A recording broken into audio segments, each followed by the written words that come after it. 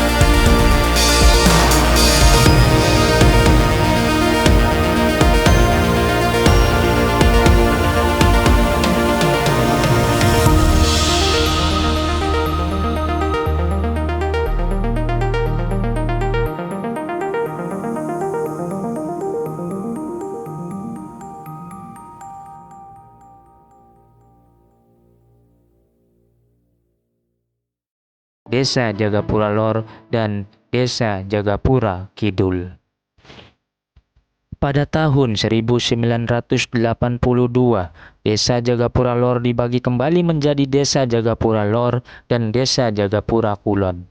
Selanjutnya, pada tahun 1983, Desa Jagapura Kidul dibagi kembali menjadi dua desa, yakni Jagapura Kidul dan Jagapura Wetan. Adapun sejarah Desa Jagapura dalam versi lain menyatakan bahwasannya diceritakan bahwa Desa Jagapura adalah salah satu desa yang terletak di wilayah Kecamatan Gegesik. Desa Jagapura juga merupakan sebuah desa yang menghubungkan antara wilayah Cirebon dan Indramayu. Desa Jagapura sendiri masih dominan dalam bidang pertanian. Desa Jagapura terjadi pemekaran yang menggolongkan desa tersebut menjadi 4 desa. Mayoritas penduduknya kebanyakan berprofesi sebagai petani, karena dulunya Desa Jagapura memang sebuah persawahan yang luas tanpa adanya permukiman satupun. Sebelumnya, benar atau tidaknya, dahulu Desa Jagapura itu hasil dari sayembara, karena pada zamannya Desa Jagapura belum ada satupun rumah. Hanya saja ada satu perkampungan kecil di wilayah perbatasan Cirebon Indramayu yang disebut dengan Blok Tegal. Blok Tegal adalah suatu wilayah perbatasan antara Cirebon dan Indramayu.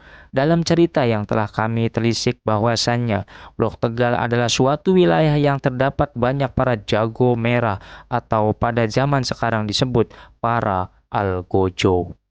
Di wilayah tersebut, banyak para penjaga yang memanfaatkan tempat tersebut dijadikan sebagai tempat perjudian dan tempat hiburan bagi para laki-laki hidung belang. Dengan adanya wilayah tersebut, para warga dibuat resah. Akhirnya, dari tingkat Ki Gede wilayah Cirebon, membuat sebuah sayembara untuk mengusir para algojo dari wilayah tersebut. Akan tetapi dalam sayembara tersebut, mereka memberikan syarat yang begitu berat kepada para peserta sayembara, bahwasannya syarat yang ditentukan adalah mengusir para algojo dengan tidak memerangi wilayah tersebut. Dari sekian banyak yang mengikuti sayembara, tidak ada satupun yang berhasil, karena dari banyaknya peserta yang mengikuti sayembara, mereka semua mengusir para algojo dengan melakukan peperangan di wilayah tersebut. Hanya ada salah satu orang peserta yang berhasil menyelesaikan syarat dan tantangan dari Ki Gede wilayah Cirebon tersebut tanpa memeranginya. Orang tersebut adalah Pangeran Jagabaya. Pangeran Jagabaya adalah pangeran yang terkenal di daerah Bungko, suatu daerah yang sudah ada sebelum adanya Desa Jagapura. Pangeran Jagabaya masih memiliki ikatan darah dengan sesepuh Syekh Benting yang terkenal dari daerah Bungko. Nama asli dari Pangeran Jagabaya adalah Surya Mukta atau Wirya Surta. Namun, warga setempat lebih mengenal dengan sebutan Pangeran Jagabaya.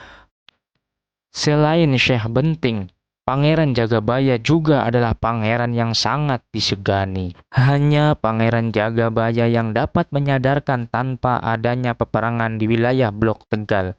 Sekarang disebut dengan nama daerah Gopala.